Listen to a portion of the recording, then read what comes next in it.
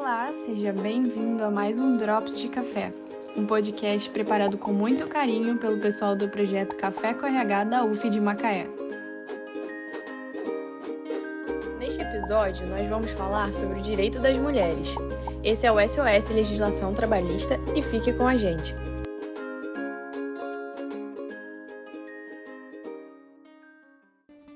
Então, pessoal, quem não me conhece, eu sou a professora Isabela, estou como coordenadora do LAPEX PESOT, que envolve as atividades do Café com RH, do grupo de pesquisa e gestão com pessoas e subjetividade na área de petróleo e gás, e o NEST, que é o núcleo de estudos sobre trabalho, vida e ócio, junto aí com o André. Nessa atividade já tem uns 3 meses, o SOS Legislação Trabalhista. O André entrando agora também para coordenar, ajudar aí no NEST. Apresento para vocês a Janaína, que está começando também na nossa equipe do Café com RH e que vai ajudar nas quartas-feiras aqui na mediação com o André. Antes era a professora Suzana, mas em função de outra atividade na UF, foi bloqueado esse horário na agenda dela para outras atividades e aí ela não pode estar mais com a gente. Então, Janaína vai estar aqui sempre mediando com a gente, quinzenalmente nas quartas-feiras. Quando não tem a Janaína, a gente pensa outra pessoa e a gente vai fazendo a mediação, mas creio que vai dar para a Janaína estar com a gente aí quinzenalmente, Janaína? Como mulher, mãe Sim. trabalhadora, mãe de 2 pequenininhos, ela conseguiu estar hoje, foi muito bom, até porque a temática de hoje é direito das mulheres, Janaína? E você na pandemia, com 2 pequenininhos, acho que vai ter muitas coisas aí para trocar e ajudar. Nossa, estou exercendo todos os direitos e deveres. Até para poder, fazer as provocações aí. A Janaína, preparou um material bem bacana, várias inquietações dela. Eu também preparei algumas, mas como sempre, a gente passa a fala para o André, ele começa daqui a pouco a falar e na discussão tem que dar prioridade às questões que vão vir do público, dos participantes, e depois, se for o caso, a gente abre as nossas inquietações no final. Então, é mais isso, agradecer aí a participação de todos que estão chegando, e sejam muito bem-vindos, e desculpem pelo equívoco aí na questão dos links novamente, para quem está chegando depois. Tá bom? Pois bem, passo a palavra para a Janaína se apresentar rapidinho e aí depois aí para o André começar o nosso evento. Agora realmente.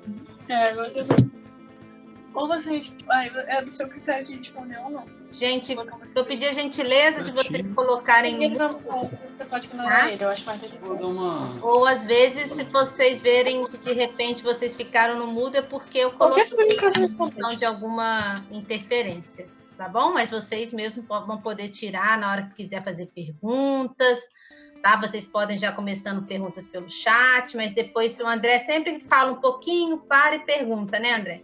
Fala um pouquinho, para e pergunta. Tem alguma pergunta? E aí vocês podem pelo chat, ou se quiser tirar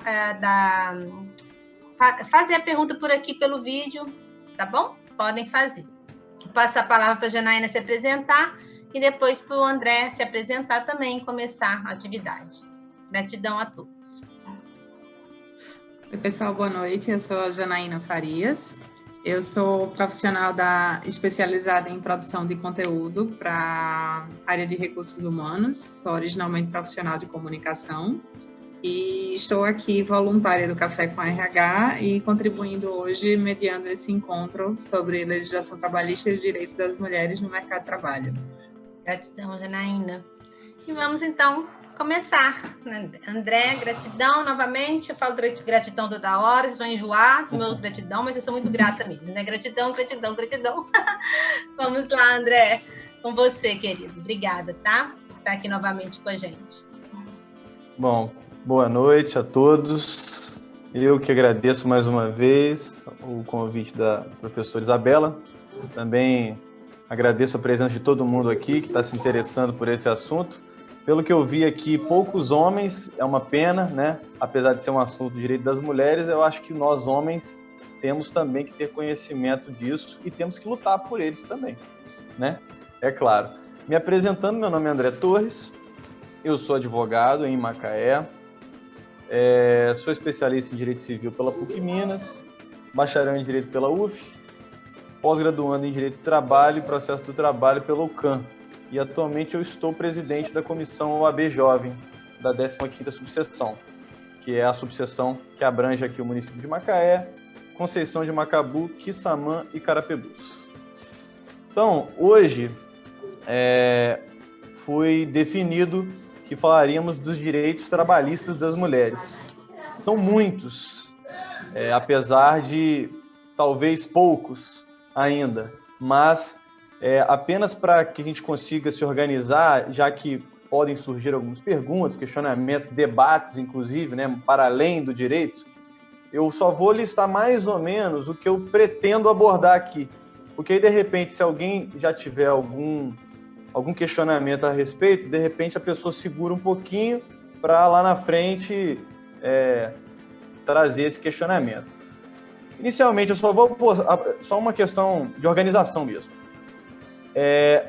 Os tópicos principais que vão ser abordados aqui hoje são algumas curiosidades históricas da evolução, aí do próprio direito, do trabalho, emancipação da mulher, etc.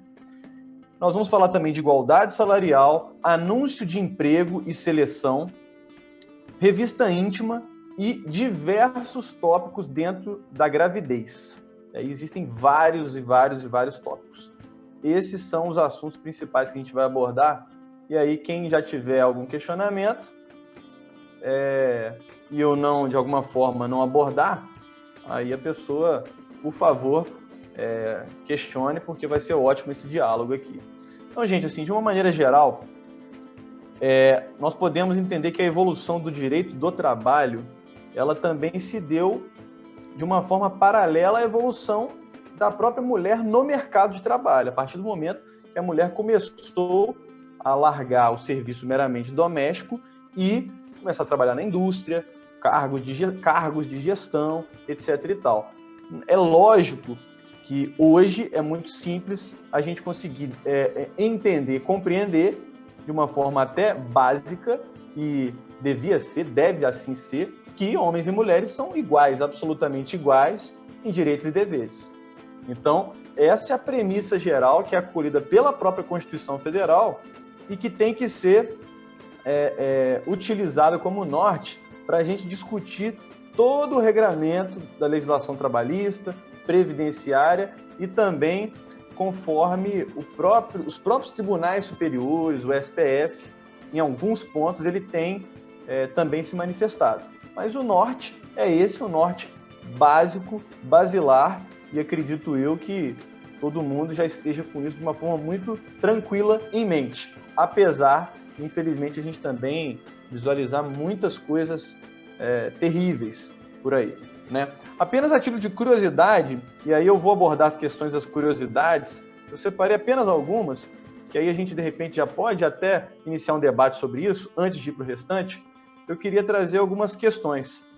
Primeiro, que atualmente as mulheres podem prestar horas extras normalmente, tais como os homens, sem qualquer limitação, é claro, 2 horas extras por dia, mas isso serve tanto para homens, tanto quanto para mulheres. A questão é, no passado, a prestação de horas extras por parte das mulheres, ela teria que ser precedida de um atestado médico. Isso mesmo. As mulheres elas tinham que apresentar um atestado médico para que, de alguma forma, deixasse claro que aquilo não comprometeria a saúde dela. Então, a gente já verifica aí um olhar, claro, passado e até, graças a Deus, que já foi superado, de fragilidade da própria mulher em relação ao trabalho em si. Então, esse é um primeiro ponto e apenas para a gente levantar a discussão, eu vou trazer aqui. Um outro ponto importante, e esse estava vigente até 2017, agora, até a reforma trabalhista, era o seguinte: antes do início da hora extra, a mulher, por lei, ela tinha o direito de um intervalo de 15 minutos para descanso. Então, antes de iniciar a hora extra, ou seja, eu trabalhei ali 8 horas, e agora meu empregador vai necessitar que eu continue a trabalhar. As mulheres teriam que aguardar 15 minutos, que é um intervalo de descanso, para daí começarem a prestar as horas extras. E aí, a curiosidade em relação a isso é que, a princípio, isso também foi colocado como uma ideia de fragilidade física. Então, já que ela já está numa jornada exaustiva, ela teria que ter uma pausa até para se recuperar. Mas há quem diga, e aí é uma discussão mais aprofundada, que esse regramento em específico do intervalo de 15 minutos antes da hora extra seria para que a mulher ela ligasse, ela fizesse contato com o seu marido, com o seu esposo, para que ele, de fato, autorizasse que ela fizesse a hora extra. A gente vê como as coisas são. Isso estava até 2017. Jesus, é claro que a lei... Fiquei apavorada com isso. Eu não sabia disso, meu Deus. E recente, 2017. Então, a questão é, Isabela, a lei, ela não traz essa motivação. A princípio, é uma ideia de descanso de 15 minutos antes do início da hora extra. Mas nós temos pessoas estudiosas dentro do direito do trabalho, e aí que estudam com um olhar feminista, inclusive dessa evolução histórica, que consideram que esses 15 minutos, na realidade, não atualmente, mas até ali, década de 50, 60, etc. e tal, um momento muito patriarcal, vamos dizer assim, a mulher teria que pedir autorização para continuar a prestar o serviço normal, né, laboral. Um outro ponto importante, e que também hoje também está fora da legislação, é a proibição, até um tempo atrás, da mulher prestar também trabalho perigoso ou insalubre, atividade de mineração, tudo isso também com base naquela ideia de que a mulher seria aí um sexo frágil e que ela não teria força suficiente para conseguir aguentar, isso prejudicaria a sua saúde, então era vedado. Um outro ponto também importante é que havia também a proibição do trabalho noturno para as mulheres. E trabalho noturno no ambiente urbano é aquele prestado depois das 23 horas. Na realidade, aqui a gente tem um apelo moralista, de que a mulher, pelo menos quando foi formalizada essa regra, ela não poderia vagar aí pela noite. Isso seria imoral, isso seria algo indecente, enfim, e aqueles argumentos terríveis que a gente, infelizmente, se acostumou a ver no passado, ainda enxerga, né, e ainda ouve atualmente. Mas tem um outro ponto, que é em relação ao trabalho penoso, que continua vigente na legislação. E o que seria trabalho penoso? Seria aquele que tem emprego de força muscular, né? A mulher, hoje, pela legislação trabalhista vigente, ela não pode trabalhar em um serviço cujo emprego da força seja superior a 20 quilos para um trabalho contínuo ou 25 quilos para um trabalho ocasional. Então, um trabalho de carga e descarga, ele ia depender da carga. Se ele ultrapassar de 20 quilos no dia a dia ou 25 de forma ocasional, a mulher não pode prestar esse serviço. É vedado, né? É ainda um resquício da legislação antiga que foi iniciando todo esse regramento do direito do trabalho, mas que persiste. E aí há várias e várias discussões. Se na realidade essa limitação, na verdade, não devia ser considerada com outros critérios, né? Critérios musculares, propriamente dito, e não pelo gênero em si, já considerando que, por exemplo, a mulher não teria capacidade física de segurar um peso excessivo, né? Então, assim, a título de curiosidade, Isabela, aí já passando a palavra para você e para os demais, esses são os primeiros pontos. Acho que assim, eu ri, assustei, né? Mas não sei se todos concordam comigo, mas na verdade não era para eu me assustar tanto, porque eu fico analisando os anúncios, né, em Macaé, principalmente os anúncios para trabalhar offshore, em grupos de WhatsApp, de vagas, né? E muitos colocam claramente que é homens, né? E para cargos até administrativos, né? No ambiente offshore, isso é gravíssimo. e cargos assim administrativos, por exemplo, auxiliar de logística, auxiliar administrativo, me coloca assim, ó, só pode homens. Então já questionei várias vezes em esses grupos, o pessoal não gostou de eu ter questionado. Falei, opa, só tem vaga para homem em Macaé, nas plataformas de petróleo. E a gente vê que assim, as pessoas não gostam de falar e conversar disso, a gente vê que é um machismo estrutural, até das próprias mulheres na área de RH, o que é muito triste, né, que reproduzem essa mentalidade não é do sexo frágil, não sei. É uma mentalidade que não dá para entender, que é uma das coisas que a gente tem que ir com os movimentos aí, com os eventos, discutir mais, ou por medo, né? Assim, meu chefe pediu, vou aceitar que só pode ser homem para não perder o emprego, né? Então, pode ser isso, na maioria das vezes, acho que até é isso que acontece. Mas a minha pesquisa de mestrado foi numa empresa de mineração, né? E eu via mulheres operando aquelas máquinas gigantes, como a gente está vendo no offshore aí também, mulheres operando máquinas, né? Então, algumas coisas já têm sido, acho, tem mudado, mas muito pouco. Principalmente quando eu vejo as vagas de emprego, eu fico muito triste, porque eu vejo uma mentalidade muito arcaica, muito retrógrada, e às vezes até em anúncios públicos, aí a gente, até da equipe do Café com RH, a gente manda um e-mail ou avisa, opa, isso aí, se alguém entrar na justiça, né, no processo seletivo, isso eu quero ver com você, André.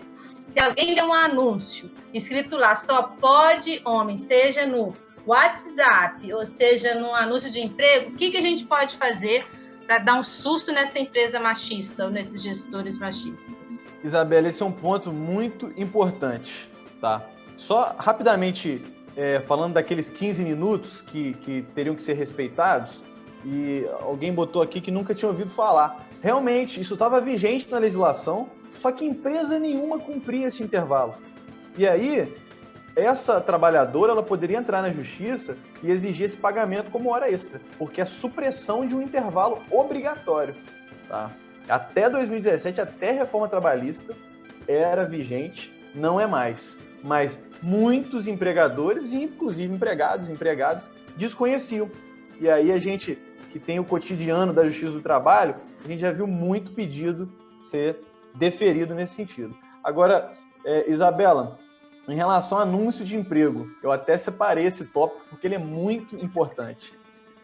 Existe, na nossa própria legislação trabalhista, uma vedação completa a anúncios que de alguma forma façam referência a sexo, a idade, a cor, a estado civil, enfim. Esses anúncios são ilegais. Inclusive, nós já temos condenações na justiça, e aí cabe ao Ministério Público do Trabalho ajuizar uma ação civil pública e exigir, porventura, danos morais coletivos, que é em favor de todo um segmento, é como se fosse um dano moral de uma forma subjetiva, como se aquilo violasse um grupo social em específico, por conta de anúncios, como, por exemplo, contrata-se homens com, no máximo, 24 anos. Esse anúncio é um anúncio ilegal, mas a própria legislação também, ela faz uma ressalva. Se a natureza da atividade em si, né, seja incompatível com o gênero oposto, por exemplo, ou com algum outro critério, entendeu? Então isso tem que ser plenamente justificado. Por que tem que ser homem? E só homem, entendeu? Um exemplo, alguns aeroportos, o que eles fazem? Na segurança, até para evitar ali um desgaste com os passageiros, eles contratam determinado número de seguranças mulheres e determinado número de seguranças homens. Porque, numa eventual abordagem, o homem abordaria o homem e a mulher abordaria a mulher. E aí a coisa ficaria de uma forma mais tranquila. Esse seria aí, por exemplo, um motivo justo para, por exemplo, se contratar uma mulher, ponto. Eu não quero um homem. Ou um homem, eu não preciso da mulher. Mas, enfim, seria impossível que a gente delimitasse de que forma aí, quais seriam, vamos dizer assim, os limites, né, desse anúncio. Mas anúncio que faz menção à idade, anúncio que faz menção à característica pessoal. Por exemplo, a gente já viu aí, isso já foi inclusive debatido muito na justiça, anúncios, por exemplo, exigindo mulheres bonitas, ou com critérios assim subjetivos, ou jovens, entendeu? Para poder, por exemplo, trabalhar como garçonete ou como secretária. Vendedora, né? Tem que ser modelo para trabalhar como vendedora, não pode ser... Exatamente. Que se enviasse fotos, né? Até um dia desses era exigido foto no currículo. Pois é. E legal. Da mesma forma que a gente também não pode exigir nesse anúncio, nessa seleção, eu já estou incluindo a seleção, que a mulher, por exemplo, apresente algum exame de gravidez, por exemplo, ou que de alguma forma ela demonstre que é estéril. Não, isso é absolutamente ilegal.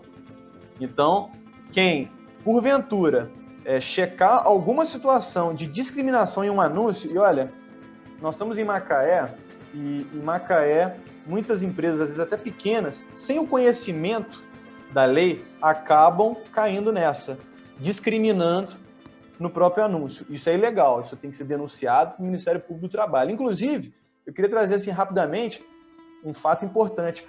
A Folha da Manhã, que é como se fosse um braço da Folha de São Paulo, ela chegou a tomar uma condenação agora, forte na justiça, por ter, por anos, permitido que leitores, enfim, contratantes, parceiros, colocassem esses tipos de anúncios.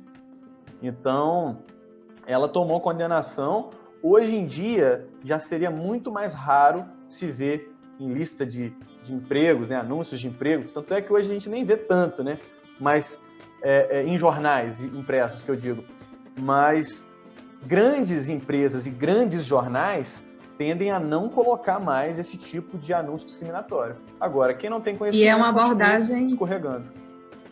E é uma abordagem que se aplica também para um comportamento do WhatsApp, né? Que se a pessoa compartilha algum tipo de conteúdo que ele contenha um ato ilícito, quem compartilhou também é responsável judicialmente por isso.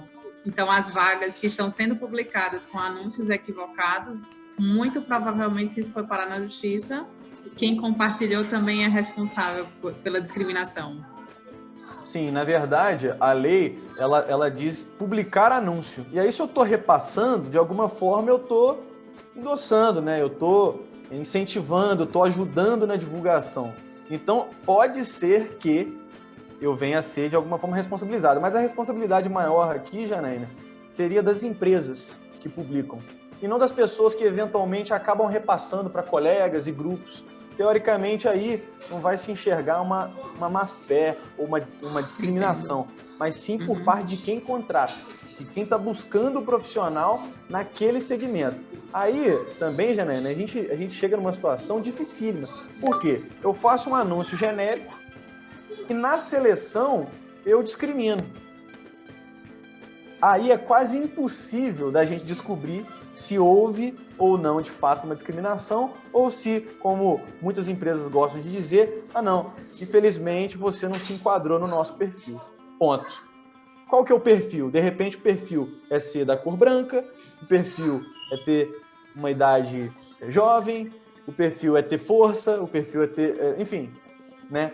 E aí, quando a gente diz da discriminação, quando a gente fala de discriminação, vários tipos, por ser magro demais, por ser obeso, ou enfim, a todo e qualquer tipo de discriminação. E por isso que é tão difícil. No anúncio é fácil perceber, mas na seleção é quase impossível, a não ser que a empresa deixe claro, e aí seria aí um amadorismo muito grande, que ela rejeitou por conta dessas características pessoais, por exemplo. Aí ela poderia, de fato, incorrer em penalização e multa perante a justiça. Ok. André, o Jomar está aqui perguntando se, no caso das Forças Armadas, também seria esse o critério. Pois é, nas Forças Armadas, não. Tanto é que o alistamento obrigatório é masculino. Por enquanto, por lá, ainda é como se a evolução não tivesse chegado ainda. O militarismo ainda caminha ainda um ambiente muito fechado, extremamente machista, inclusive, né? Então, até se a gente perceber os cargos, né? Os cargos de gestão, enfim, é um ambiente absolutamente masculino.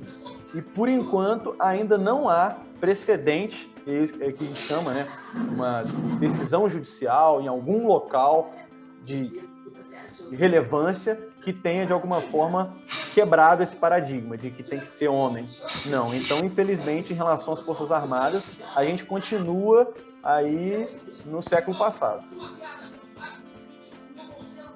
Eu queria compartilhar, pessoal, pensando aí nas suas perguntas, então, até em cima disso do que o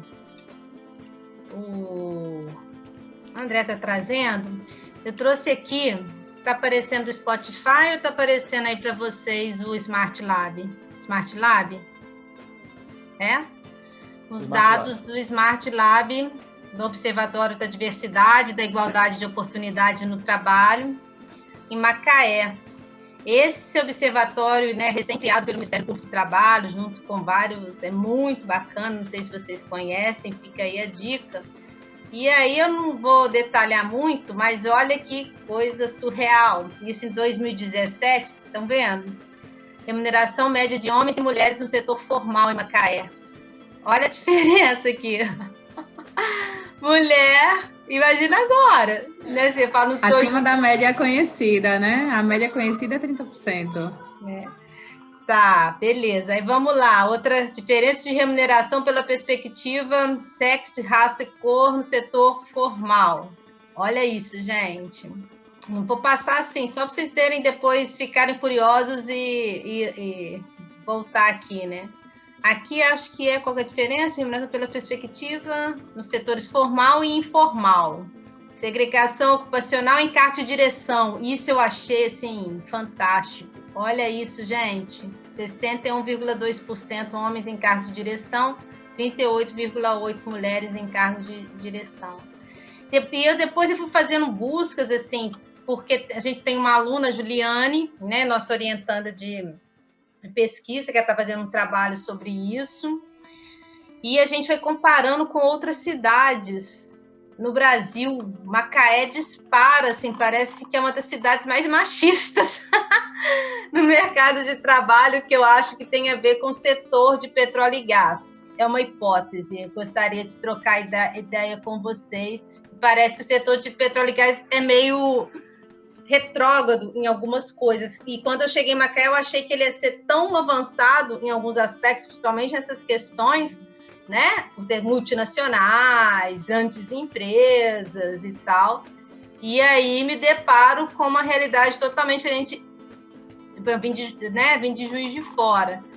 Mas queria essa troca agora com os participantes no geral, né? O que vocês acham dessas questões?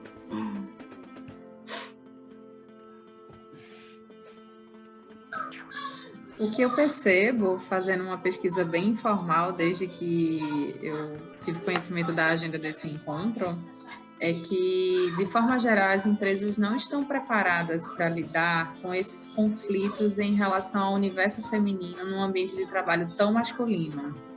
E aí é muito mais fácil eu não ter o problema ou não trazer o problema para dentro do meu ambiente de trabalho do que me preparar para conviver com ele. E aí esses números crescem, né? Há mais espaço para os homens, há mais espaço para melhores remuneração para os homens que não vão ficar grávidos, que não vão parir, que possivelmente não vão adotar uma criança sozinhos, que não vão tirar uma licença paternidade tão longa, e aí ele só respira trabalho. Então, informalmente, eu consegui entender que poucas são as empresas que, por exemplo, têm uma linha ética para acolher, inclusive, um pedido de ajuda de uma vítima por algum abuso de direito ou violação de direito dentro do ambiente de trabalho, fora os assédios, né? Sem entrar nessa questão. Eu já escutei de alunas, né, de pessoas falar, professora, na plataforma é assim, a gente anda na plataforma, a gente parece um franguinho desfilando, né? Que os homens é muito mais mulher do que homem, e a gente vê que eles não sabem lidar com o feminino dentro da plataforma. E que já vários gestores assim, falam que preferem homens na plataforma porque não sabem como educar os seus funcionários homens a saber lidar com o feminino, porque é uma mulher.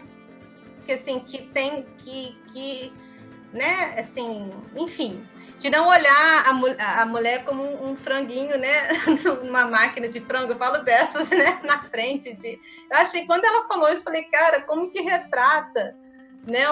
Um machismo assim, tão descarado, né? Em determinados ambientes, e a gente vê, infelizmente, ainda, né? Algumas empresas acho que já evoluíram muito nesse sentido, mas isso ainda ocorre porque a gente escuta, né? Alunos e pesquisas que tem relatos assim parecidos com isso. Caroline, Rayane, Maicon, acabou que a gente pegou mais esse cenário de Macaé, porque a gente tá, né? A maioria aqui, eu, Janaína, André, trabalhamos ou moramos em Macaé.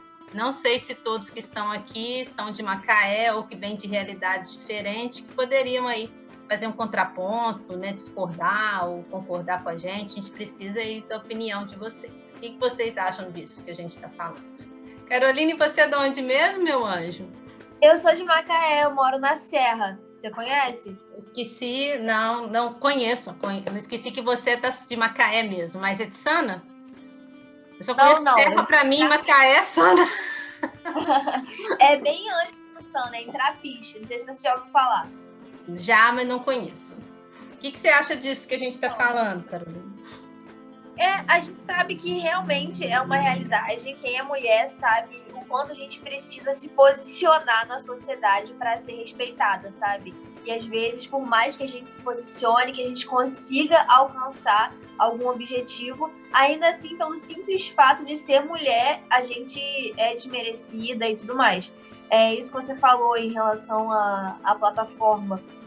É muito real. Quer dizer, eu nunca trabalhei embarcada, né? Mas é muito real e a gente vê que as pessoas têm medo de dar certas atribuições às mulheres, sabe? Hoje em dia isso tem conseguido ser desconstruído e tudo mais, mas a gente ainda tem um longo caminho pela frente, né? Com certeza. Larissa, que está no chat, pediu a palavra. Oi, gente. Vocês estão me ouvindo? Sim, querida. Ah, tá. Aqui às vezes tem um problema. Eu também tô com problema na minha câmera, gente. Aí, desculpa. Mas meu notebook, ele funciona quando quer. Mas eu vou falar, tá? Então, primeiro, me apresentar, né? Me chamo Larissa, sou estudante do Direito aqui na UF, Macaé. Na verdade, eu sou de Arraial do Cabo, mas meu pai é de Macaé, então, assim, já vou na cidade faz um tempo, né?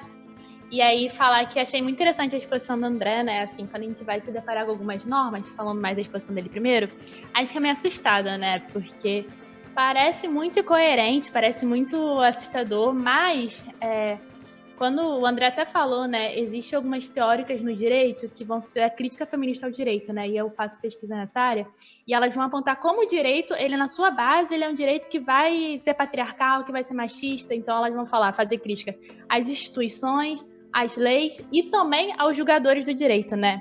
Aos profissionais e tudo mais, e elas são muito importantes porque fizeram essa mudança de paradigma, né? E aí tem vários autores nesse sentido que vão fazer as colaborações, e aí a gente vai vendo essas mudanças, né? Essa evolução do direito, ainda mais o direito trabalhista que muda toda hora, a gente, de 2017 para cá, o direito trabalhista, eu acho muito caos, assim, tipo, comecei a fazer estágio na área há pouco tempo, eu acho muito caos, porque toda hora você vai mudando as decisões também. Só que, como a relação ao direito das mulheres, né, e nas outras áreas eu acho que fica muito claro ver isso, você vê muito o papel, né, a Carolina falou, das mulheres se posicionando e da luta das mulheres para mudar essa realidade. Eu acho que isso é algo muito presente. Se a gente for dar o exemplo do direito penal, né, a Lei Maria da Penha, as DEANs, qualquer política para as mulheres, na verdade, passou muito pelas mulheres criticando o direito e se mobilizando. Eu acho que isso é uma mudança de paradigma muito importante. Fiquei muito assustada com essa diferença salarial, porque eu sabia que existia, mas eu não tinha visto o dado assim, sabe? E também da diferença tanto de gênero e de cor também, né? Eu acho que quando a gente for falar de mulher e mercado de trabalho, se a gente for falar da mulher negra, ainda vão estar ainda mais na base, o homem negro também ainda tem essa disparidade. Eu achei muito interessante essa pesquisa, não conheci o site, adorei, gente, muito bom, assim. E aí, falar, né, sobre essa questão das mulheres, das entrevistas e das mulheres quando vão no mercado de trabalho, eu, né, sou estudante ainda, não passei por essa processo de mercado de trabalho assim, mas é muito comum, desde cedo, escutar nas entrevistas como que rola discriminação, assim, tipo, perguntar, você tem filho? Né? Quantos anos tem seu filho? E você tem marido? e como que várias mulheres elas não conseguem aquela vaga de emprego, por mais capacitada que ela seja, porque ela é mãe ou porque ela é esposa, porque ainda há o papel social de ser isso, né? Mas ao mesmo tempo ela tem que trabalhar, porque se ela não trabalhar, a casa não vai se conseguir o sustento completo. E quando a gente for ver, né, na verdade, essa mentalidade criada que a mulher é do espaço da casa, a gente for ver, na realidade, muitas mulheres já são chefes de família. Muitas mulheres. Só que elas não estão em cargos altos. Mas eu vou tentar buscar o dado, mas eu lembro, tipo, de ter visto um dado de que é muito, muito alto o número de mulheres que são chefes de família, muito alto. Só que elas estão nas funções mais baixas remuneradas, né? Porque é isso, a gente vive num país que é muito desigual. E aí eu achei muito bom, e aí quando vocês foram falando, fui pensando nisso. Só para um comentário também, além da raça, né, e da cor da pele, também existe a questão da sexualidade, né? Então, a gente tem um país que mulheres trans estão no subemprego, então, assim, que é uma realidade muito, muito, muito sintomática do que como o nosso país trata essas questões sobre sexualidade e sobre gênero. E é isso, agora sim, acabei. Okay. Aproveitando o gancho da Larissa em relação a mulheres trans, eu tenho uma pergunta, inclusive, que eu preparei. Como é que fica a abrangência do direito da mulher que ela é transgênero? É garantido esse direito para ela? Bom, vamos lá. Hoje, por entendimento do próprio Supremo Tribunal Federal, o STF, né, a mulher trans, ela consegue, inclusive, a alteração do seu registro civil, independentemente de cirurgia. Então, hoje, é uma construção, a própria justiça já tem entendido que a identidade de gênero é uma construção social. É aquilo em que eu, na realidade, me observo.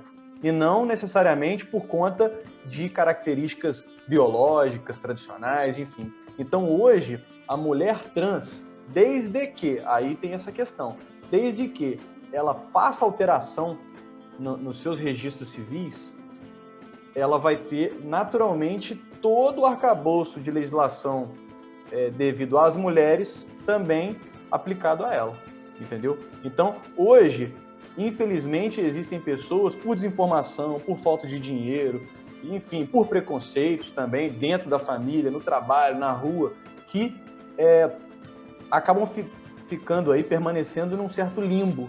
A pessoa ela já se vê como mulher, né? Ela já, nas vestimentas, ou no próprio entendimento sobre o que é ser mulher, mas ela já se identifica, de alguma forma, como mulher, mas ela ainda não buscou, do ponto de vista burocrático, esse reconhecimento jurídico. É por isso que é tão importante que essas pessoas procurem, e aí nós temos defensoria pública, né, para quem não tem condições, ou também advogados, enfim, existem outras instituições, mas que procurem estas entidades, vamos dizer assim, para que elas busquem de fato a regularização da sua situação civil, para que daí elas possam ter também, de uma forma mais clara e mais objetiva, todos esses direitos. Hoje, por exemplo, a gente tem um nome social. Por exemplo, no Enem, mesmo que na sua identidade não esteja ali o nome, o novo nome que você se deu, vamos dizer assim, com alteração do seu gênero e etc e tal, na inscrição do Enem, por exemplo, a pessoa consegue fazer a inscrição, ali ela declara que o nome social dela é X e os integrantes ali da organização, da prova, os aplicadores, enfim, eles são obrigados a chamar essa pessoa por esse nome, sem qualquer tipo de constrangimento. Então, é um momento em que o registro civil em si ainda não expõe a identidade do ponto de vista jurídico como mulher, no gênero, mas em alguns pontos você percebe que essa pessoa continua de alguma forma protegida, mas não é aquela proteção ampla, todo o universo jurídico cabível, vamos dizer assim, à mulher, entendeu? Então, em relação à mulher trans, e aí, se as mulheres já sofrem preconceito, as mulheres trans nem se fale, né? Taxa de mortalidade altíssima, elas também vivem pouco, subemprego altíssimo, Então, informalidade, é uma situação muito triste, muito complicada. E aí eu acho que o Brasil ainda está muito devagar, né, em relação a isso, e eu falo até mesmo em relação à inserção no mercado de trabalho. Quantas mulheres trans, por exemplo, a gente observa em trabalhos formais? Eu não estou dizendo nem que é um trabalho formal de alta remuneração, não. Um trabalho formal, uma carteira assinada. É raro, é raríssimo a gente observar. Na verdade, parece que a gente está até regredindo. Já estava ruim, parece que está ficando pior. Né? Assim, acho todas as polaridades, né? No sentido, nos processos seletivos, como você falou. Algumas colegas, enfim, também nas pesquisas a gente vai vendo como que do ano passado para cá aumentou o etarismo, por exemplo, também. Etarismo no sentido, a gente só contrata até 35 anos, tipo assim, mais do que 40, o cara já está meio que excluído, dependendo de algumas funções e atividades. Seja por questão para pagar menos, seja por uma questão, sei lá qual for, que a gente não dá para saber. E nessa questão também do mulheres, homens, essas questões do racismo, a gente está vendo que parece que tem... que a gente está andando para trás, né? Ao mesmo tempo a gente tem a sensação que está andando para frente, que está evoluindo, mas quando a gente vê os dados, e mesmo em grupos de WhatsApp, vendo essas questões de anúncio, é assustador. Por exemplo, se eu pego um anúncio que eu recebi por WhatsApp e lá está falando que é só para mulher, isso já é um comprovante que isso pode ser, vamos dizer, denunciado para o Ministério Público do Trabalho, ou só aquilo que está num site, no LinkedIn, ou que está num lugar mesmo divulgando vaga. Então, Isabela, a questão é demonstrar que, de fato, aquele anúncio foi feito pela empresa que busca esse profissional. Porque no WhatsApp, muitas vezes, as pessoas vão repassando mensagens, alguém pode fazer algum tipo de alteração e daqui a pouco a coisa se desconfigurou toda. É importante, no meu entendimento, buscar o anúncio na origem.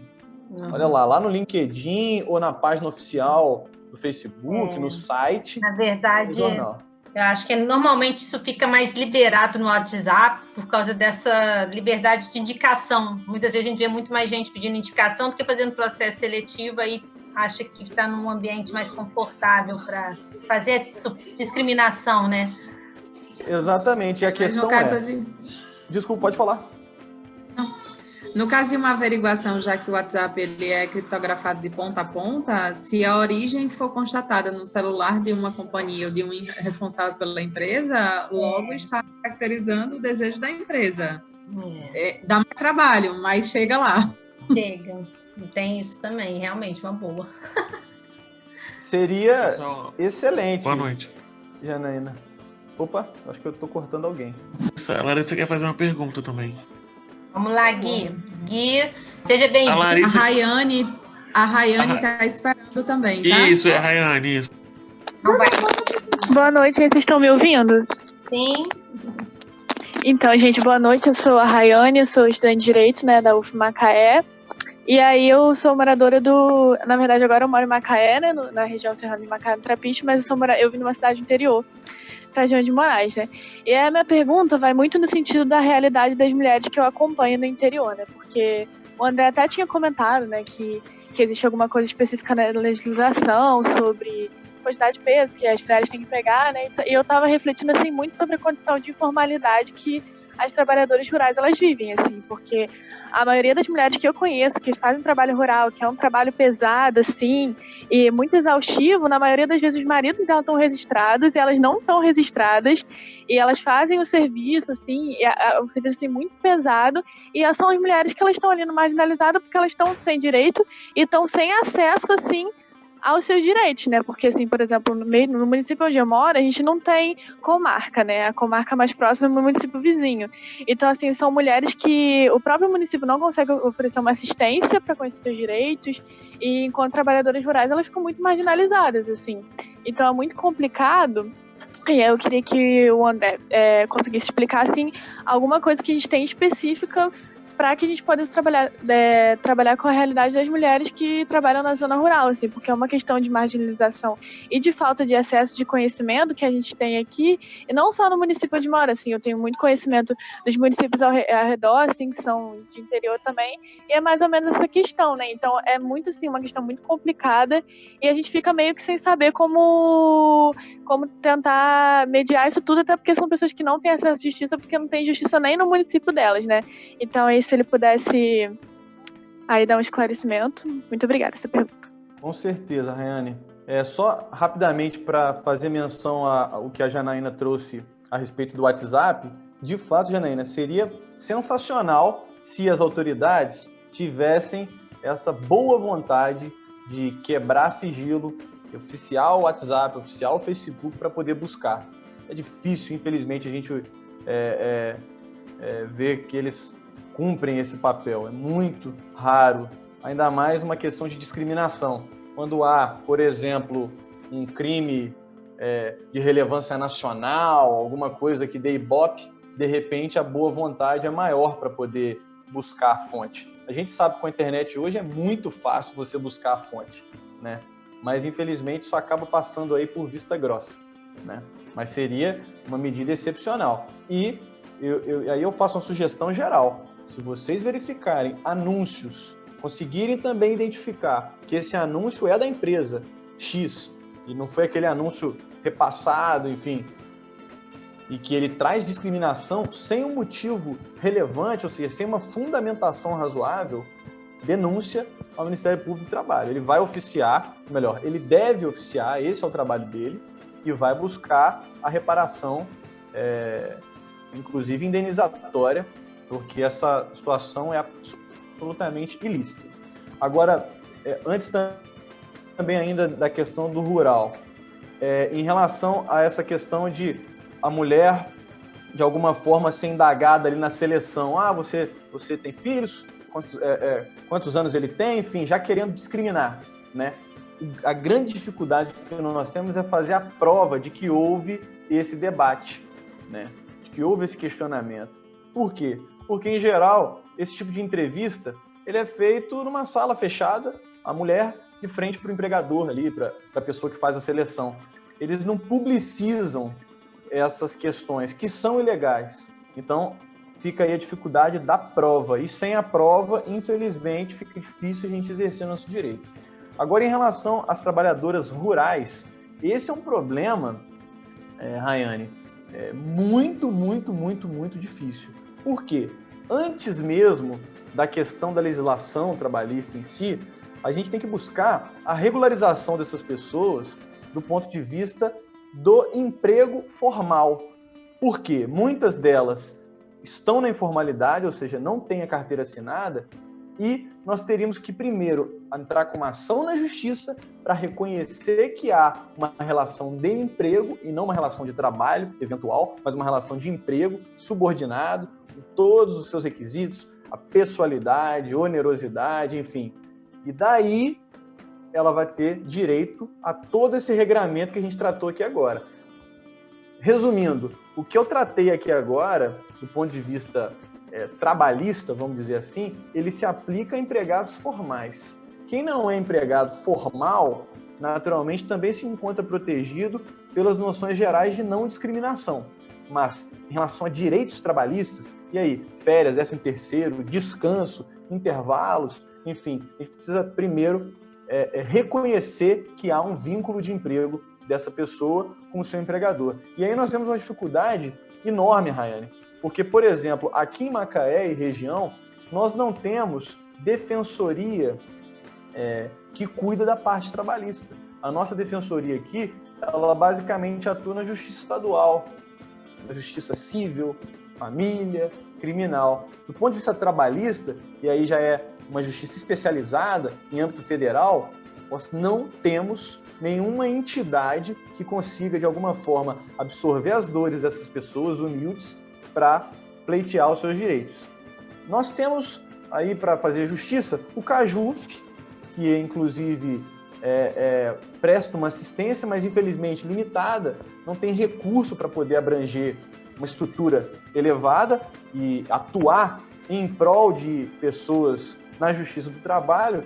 E também, salvo engano, em Macaé nós temos a Estácio. A Estácio também ela tem ali um projeto realizado com alunos, professores e alunos, para também tentar prestar uma assistência num sentido parecido com o que a Defensoria faz, né? De forma gratuita, enfim, para pessoas que não têm condição, mas ali em âmbito trabalhista.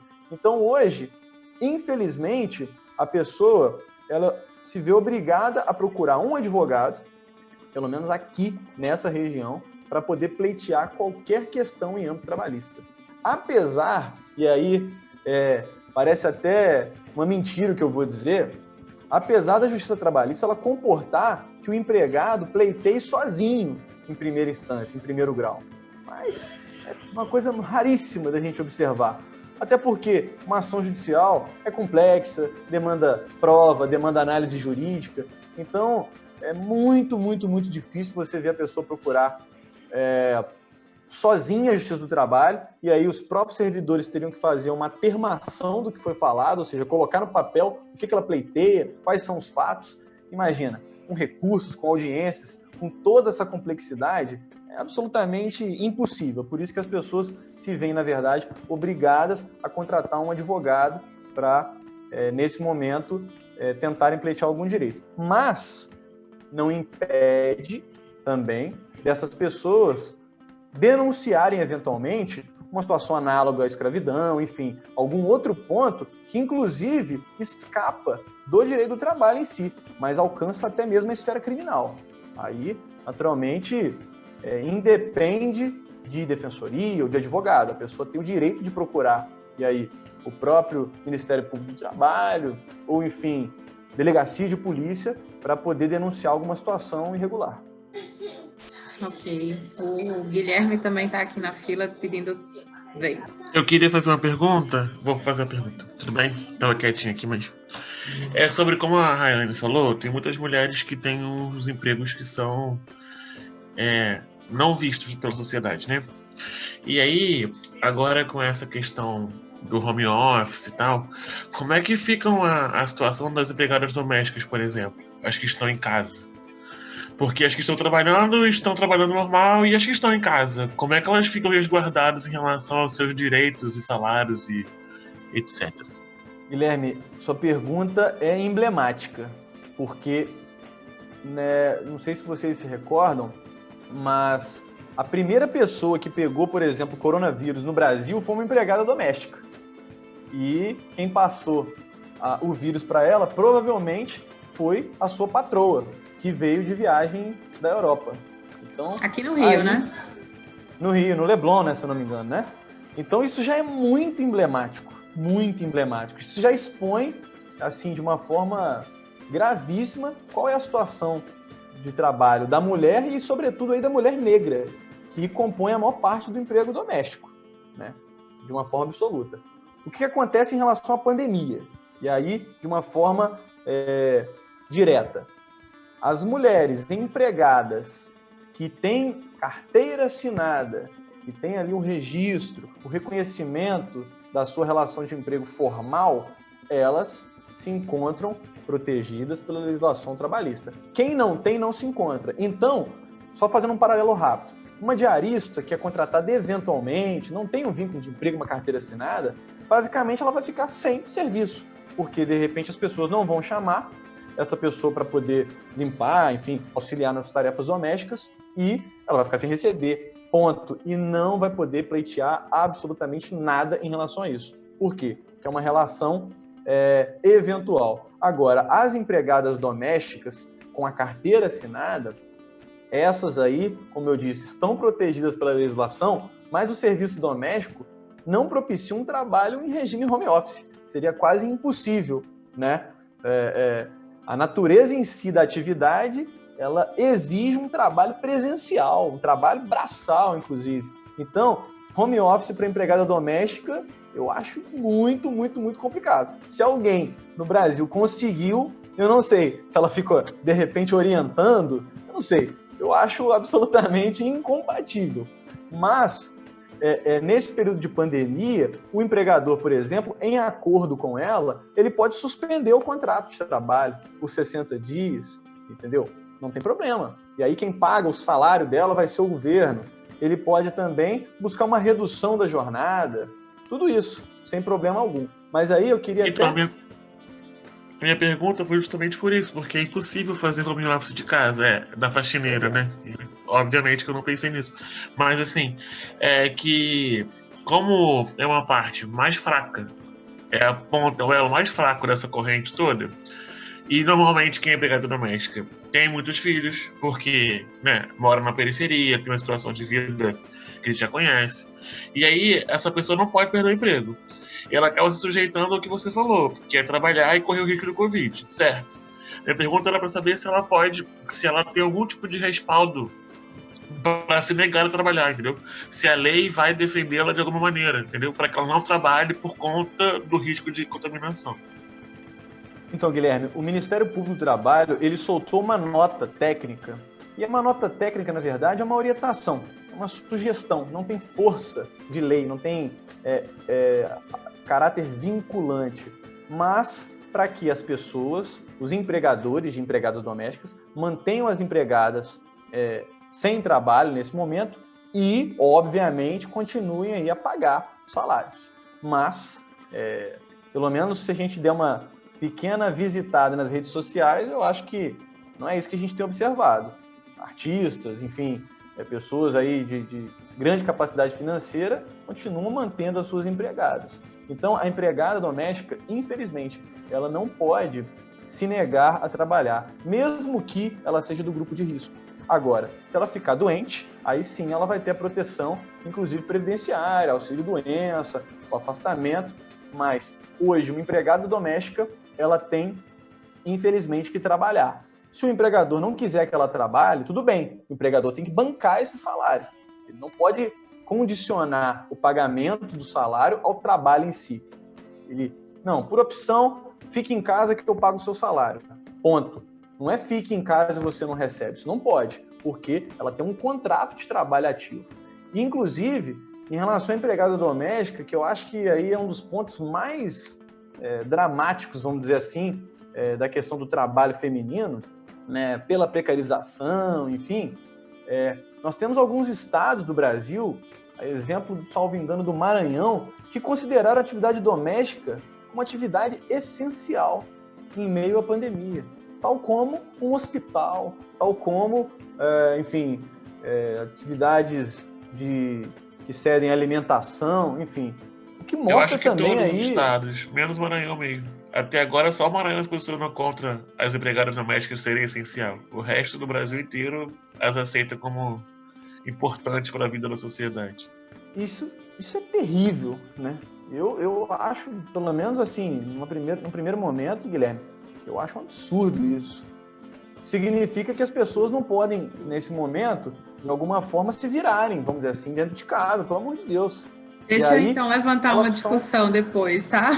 Com certeza. E aí, elas sendo colocadas como essenciais, mais um motivo para elas terem que, obrigatoriamente, ir trabalhar. Então, eu acho um absurdo isso. Enfim, aí é uma opinião pessoal minha, né? Mas acho que é impossível concordar. Pode falar, Janaína. Então, é claro que o que eu vou falar não se enquadra numa regra geral, mas acontece, né? Imagina que você tem um lar que o homem e a mulher que constituem a família, ambos são funcionários de atividades essenciais. E têm filhos em casa, porque as escolas não estão funcionando. Como fica a vida dessa família? Aí, Janaína, nós temos um outro exemplo super emblemático e trágico para variar no nosso país. Eu não sei se vocês acompanharam uma empregada doméstica que o seu filho está em casa, então ela leva o filho para o trabalho, a patroa não cuidou dessa criança de uma forma adequada, enquanto ela descia para passear com o cachorro, inclusive contra as regras de isolamento, essa criança caiu do 9º andar e faleceu. Então, assim, a resposta que eu tenho para te dar vai ser algo próximo disso, trágico como esse exemplo, infelizmente. Não é bem o caso, né? Ela estava fazendo as unhas, então ela tinha tempo para cuidar da família. Isso aconteceu no Recife, na minha cidade. Pois é. E, mais uma vez, as empregadas domésticas participando desse cenário trágico de pandemia. Né, da pior E elas forma ficaram possível. doentes, né? A empregada doméstica e a mãe ficaram doentes e continuaram trabalhando, inclusive. Aí eu não tenho conhecimento. Sim, isso foi noticiado. Pois é. Ainda tem mais um fato aí. Ela também não tinha emprego formal, carteira assinada. Ela tinha um cargo na prefeitura. A prefeitura é quem paga. Ou seja, tá tudo muito, muito, muito errado, né? É surreal, né? Assim, ai meu Deus, é desesperador. É desesperador. Passamos para outro ponto? Ou alguém, né, dos participantes querem fazer alguma consideração? Eu vou apresentando aqui, André, algumas reportagens que você pode ir falando de qualquer forma, mas algumas reportagens que a Janaína escolheu, assim, selecionou. Desigualdade entre homens e mulheres. Quer falar, né, Janaína? Que se você quiser, eu posso abrir o link também. Né? Pode seguir, Isabela, apresentando. Google, Microsoft, todo mundo acha que é lindo, maravilhoso. A gente vê que em todas, né, a gente está deparando com problemas parecidos, né? Vale do Silício, startups moderninhas, mas em outros aspectos, né, ainda não se modernizaram. E aí alguma das perguntinhas que a Janaína preparou aí com muito carinho. Eu respondo? Ah, por favor, lógico, eu não tenho condição, tem coisa ali que eu não tenho. A gente sabe que você fez a explanação da primeira parte da sua apresentação, né? Talvez tenha algumas perguntas que virão ainda nos próximos comentários. Então, se tiver algo que vem ainda a ser explanado, deixa para depois, vai guardando. Isso. Então tá. Bom, posso dar sequência? Sim, por favor. Que acho que de alguma forma essas respostas vão sendo feitas, eu acho, no decorrer. Se não fizer, eu pergunto. Pronto. Em relação à igualdade salarial, né? Algumas notícias, inclusive, demonstrando aí, o observatório que a Isabela trouxe, quanto que as mulheres recebem menos do que os homens, em geral, né? Cargos também, mulheres geralmente com cargos inferiores. O que diz a legislação brasileira em relação a isso? A legislação, ela veda a discriminação em relação a salário. Homens e mulheres devem receber os mesmos salários. Até aí, lindo, perfeito, ótimo, né? No mundo imaginário, como a gente diz, no mundo imaginário do legislador. Agora vamos para a prática. Na prática, não é bem assim que funciona. E aí, primeiro, por uma questão de contratação e, segundo, por uma questão interna, dentro da empresa. Primeiro, dentro da empresa. Um homem e uma mulher, para receber o mesmo salário, eles têm que exercer exatamente a mesma função para o mesmo empregador, no mesmo estabelecimento, tem que ter mais ou menos o mesmo tempo de carreira e a mesma produtividade, porque pode ter alguma verba que varia conforme a produtividade. Isso já torna a situação um pouco mais complicada. Por quê? Muitas vezes um homem e uma mulher, eles são admitidos no mesmo cargo, obrigatoriamente, por lei, eles têm que receber o mesmo salário, desde que para a mesma empresa, no mesmo local, mas o homem ascende profissionalmente e a mulher não ascende. A mulher continua estagnada. Até aí, a princípio, se não for uma ascensão de carreira discriminatória, em essência, comprovada, as coisas vão continuar acontecendo regularmente. As mulheres vão ficando para trás e os homens vão subindo. E na contratação, o que acontece também é muito isso. Cargos grandes, né, de gestão, de poder, altas remunerações, vão ficando para os homens. Mas então é importante que a gente entenda o seguinte: homens e mulheres têm que ter o mesmo salário, mas a gente tem que observar isso no universo da mesma empresa. Entende? Então, por exemplo, se uma mulher é contratada aqui para receber X, mas numa outra empresa o mesmo cargo é pago Y para um homem, isso não viola a lei. A igualdade ela tem que partir do mesmo universo, do mesmo contexto. desde que, obviamente, se respeite o piso da categoria. Então, uma empresa pode optar por pagar, exemplo, R$2.000 aqui para o cargo X, e uma outra empresa decidir pagar 3 mil. O que essa outra empresa não pode fazer é pagar 3 para o homem e 2,5 para a mulher. Não, aí tem que ser 3 para o homem e 3 para a mulher. Então, isso é difícil de comprovar, né, André? Você sabe, mas como é que você vai provar? Só que o RH que tem a folha de pagamento ali, que está vendo valores, homens, mulheres. Agora, é uma coisa difícil de recorrer, é isso que eu quero dizer, né? É difícil, mas assim, os caráteres são bastante objetivos, entendeu? Numa empresa, num universo fechado, vamos dizer assim, é relativamente simples da gente reconhecer se está tendo uma discriminação, tá? Mas esses critérios subjetivos é que acabam dificultando o nosso lado. Ah, não, mas olha só, esse aqui, ele é, por exemplo, técnico de segurança grau 2. A mulher está no grau 1, de repente, ainda. E o que fez ele ascender?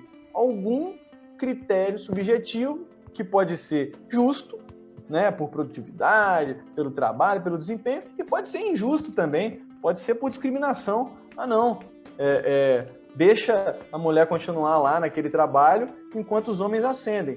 A questão eu não posso ter numa mesma função exata uma diferenciação de valores. Se uma empresa exercitar esse tipo de situação, ela está exercitando de forma absolutamente ilegal. E isso, Isabela, em grandes corporações, é quase impossível da gente verificar. A gente verifica mais, por exemplo, na contratação. Eu não contrato mulheres para cargos altos. Ou, entre empresas, entre regiões distintas, diferenciações. Mas dentro de uma mesma empresa, e é uma mega empresa, uma Google, como foi colocado, Microsoft, ou as startups, geralmente elas têm um jurídico muito forte, muito atuante, e que tem todo um cuidado de estruturar um plano de carreira a essas pessoas para poder justificar o pagamento diferenciado. É isso que eu ia entrar, porque muitos planos de cargos e salários são fakes. A gente vê que são construídos planos de cargos e salários, às vezes por consultoria de RH, tem aquele que é realmente para nortear, para funcionar, né, que deveria ser, e tem aqueles que assim, não são apresentados, né, de forma alguma para não ser a prova né, uma vez, quando eu tinha consultoria em Juiz de Fora, eu me deparei com uma situação dessa. Não, peraí, esse aqui vai ser se caso a gente tenha contato com justiça. Agora, esse aqui é o que a gente vai... Mas como, né? Como pode um negócio desse? É surreal. Um é plano de contingência, né? O outro é real. Que a empresa precisa que as pessoas tenham as mesmas funções para conseguirem ganhar igual e tal, mulher e homem. E se caso aconteça e a mulher mesmo assim não ganhe, ela consegue de alguma maneira judicialmente recorrer sobre isso, ou não tem nada que ela possa fazer, ou ela corre mesmo assim risco de ser demitida, por exemplo, se ela tentar ganhar igual a alguém do sexo oposto, na função igual, produção igual, e aí ela corre risco de ser mandada embora e tal, entendeu o que eu quero dizer?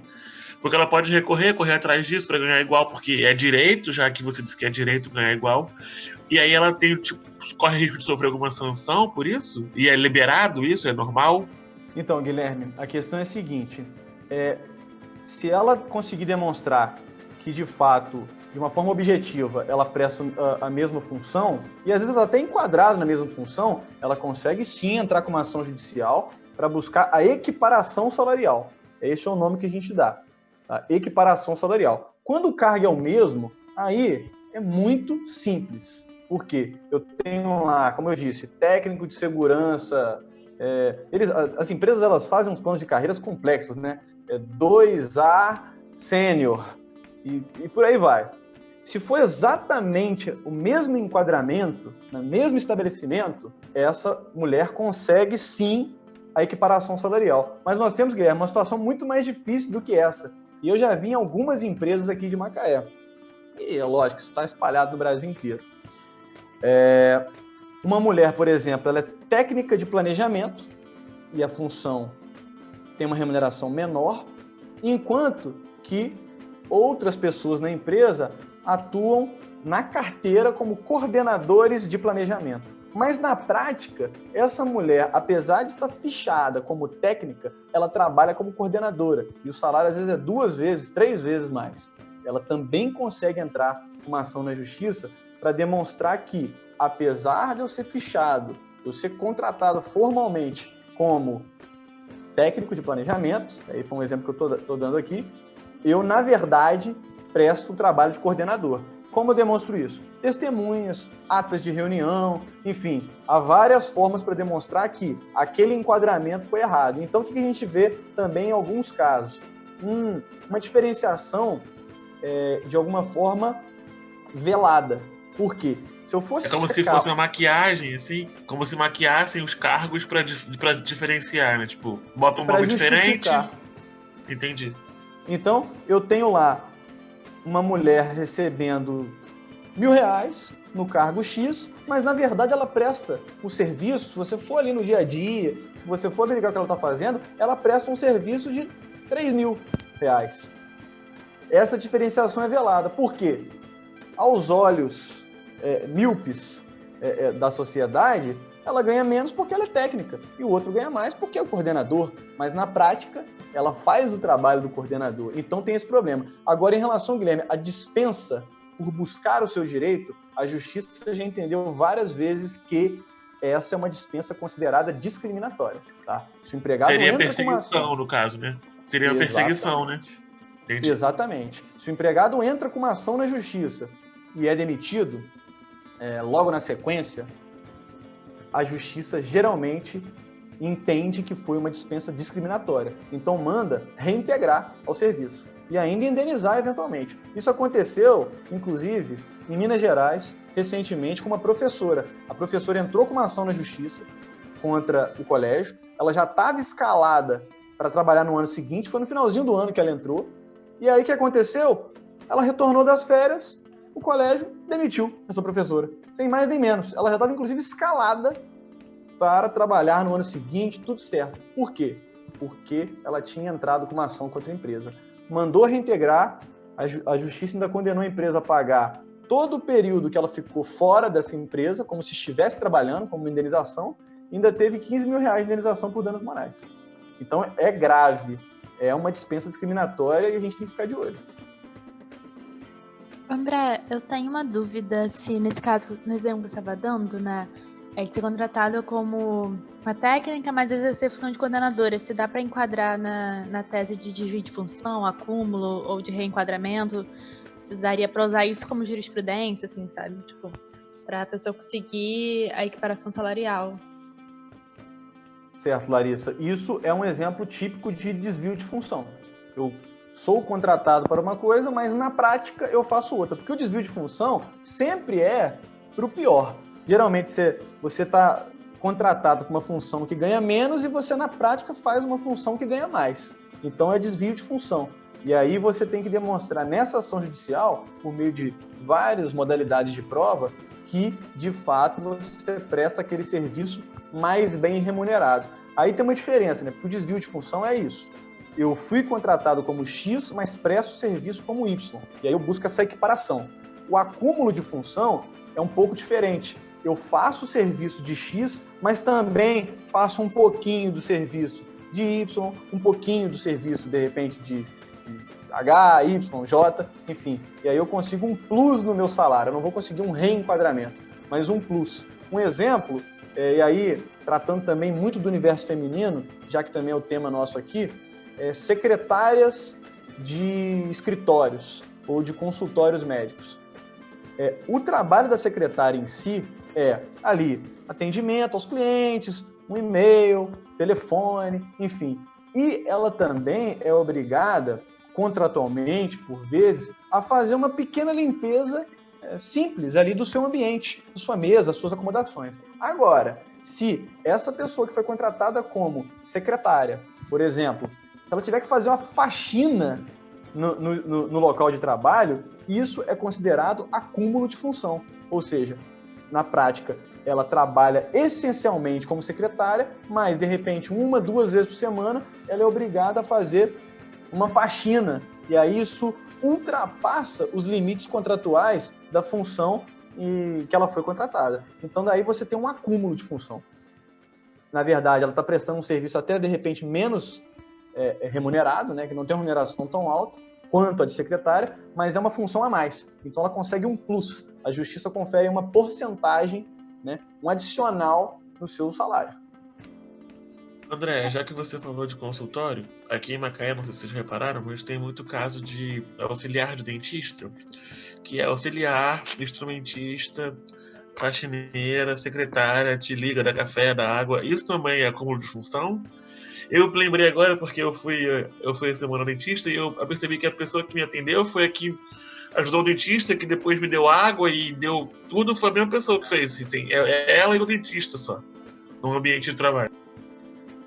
Guilherme, o desvio de função, o acúmulo de função, ele é um dos temas mais difíceis da Justiça do Trabalho. Por quê? Por vezes, as funções então desempenhadas, elas são funções acessórias ao cargo principal. Então, se entende que, essencialmente, de uma forma primordial, o trabalho da assistente é prestar uma assistência básica, ali, até de instrumentos e tal. A partir do momento em que isso se torna algo que ultrapasse muito uma razoabilidade, ultrapasse muito uma ideia de que, olha, agora eu estou sendo muito, muito, muito mais do que uma mera assistente. Eu estou sendo uma faxineira do escritório ou do consultório. Aí sim é uma possibilidade de se conseguir o adicional. Um exemplo, Guilherme, só para te mostrar e para todo mundo como é difícil. Recentemente, a Justiça do Trabalho, o TST, ele entendeu o seguinte: um empacotador de supermercado, ele entrou com uma ação buscando também um percentual por acúmulo pelo fato dele também trabalhar como repositor de mercadoria. Você vê isso, são situações muito distintas. Ele repõe mercadoria, trabalha no estoque e ainda tem que ficar ensacolando, ajudando os clientes ali na esteira, ali, né, no pagamento. A Justiça entendeu que são funções acessórias, ponto. Que, portanto, um repositor de estoque, trabalhar também como aquele rapaz que fica fazendo ali o auxílio nas sacolas, são funções que são compatíveis, então você não teria que ter um plus salarial. Então, assim, na prática, é muito difícil a gente demonstrar o limite dessa usurpação de função. Agora, quando a gente percebe que uma função é absolutamente diferente da outra, aí sim nós temos uma chance maior, entendeu? Obrigada, André. A Gabriela está aqui aguardando também a vez dela para fazer uma pergunta.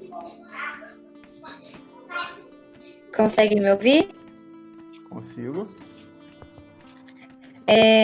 Primeiro eu vou me apresentar, né? Meu nome é Gabriela, eu também curso Direito pela UF de Macaé. Minha pergunta acaba retomando um pouco um assunto anterior, que foi comentado no início do debate, que algumas das profissionais que atuam no RH das empresas acabam repercutindo esse machismo estrutural, né? E contribuindo para o afastamento de novas mulheres à empresa. E a minha dúvida é, na verdade, sobre como ocorre a proteção das mulheres vítimas de assédio moral no trabalho diante dessa nova legislação, tendo em vista que a estrutura política das empresas, né, acaba contribuindo para que o assédio ocorra e que ocorra principalmente contra as mulheres.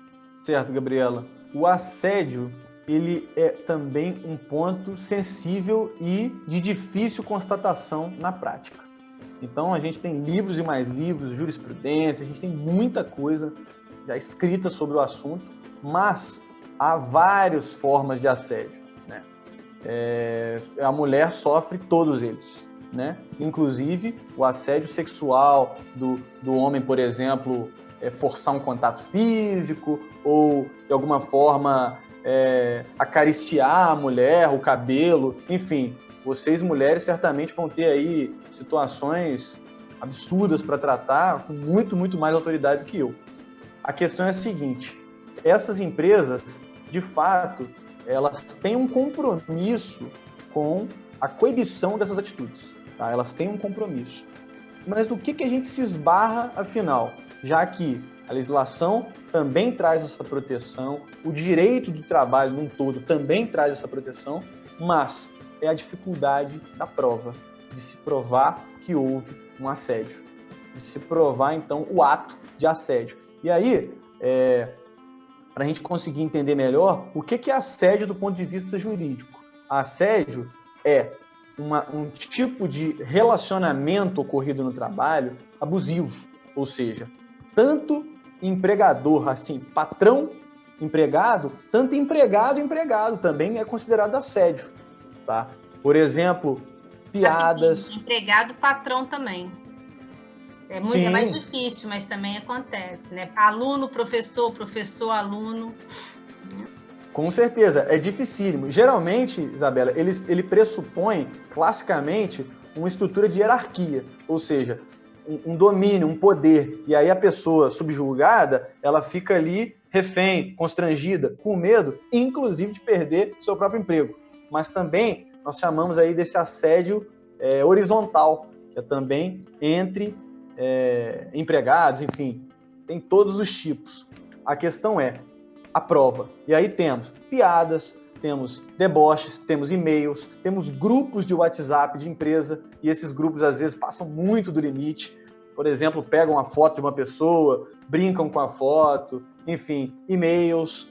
E aí empresas mais estruturadas também têm a possibilidade de alguma gravação de vídeo, demonstrando algum tipo de assédio ou algum tipo grupo de WhatsApp é fácil de ver, né? Quando assim tá perseguindo uma pessoa, essa pode falar e aquela não pode falar. Quando tá satirizando, né? Bloqueando o acesso à palavra um e satirizando o outro. Eu acho que é importante também, André, você trazer essa questão, porque o assédio moral, assim, tem aqueles que acham só porque o cara é sem educação ou grosso que ele tá fazendo assédio, não é? Né? Eu quero que você possa falar um pouquinho disso, porque alguns estudos, não sei, eu já li alguma coisa nesse sentido, mostram que às vezes é muito individual, né? O assédio é mais comum quando é individual.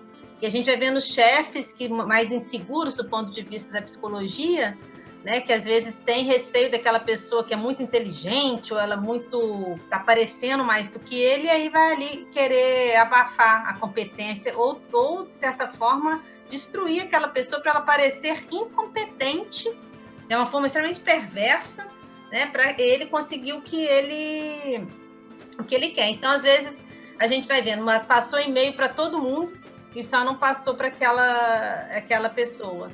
Né, são formas aí de encontrar aí, né, como é que fala?